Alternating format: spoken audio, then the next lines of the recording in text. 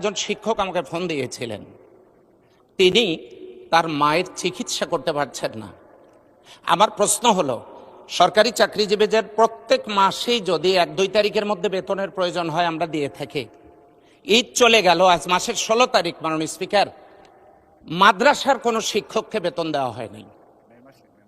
মে মাসের বেতনটা এখনো পর্যন্ত তারা পায় নাই।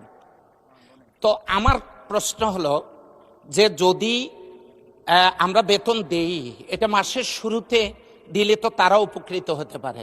আমার শেষ কথা, আমার মা নেই, ওই লোকটার মা দুনিয়াতে থাকবে না, কেউই থাকবে না, কিন্তু এই লোকটা যেন এই সান্ত্বনা পেতে পারে যে আমি আমার মায়ের চিকিৎসা করতে পেরেছিলাম।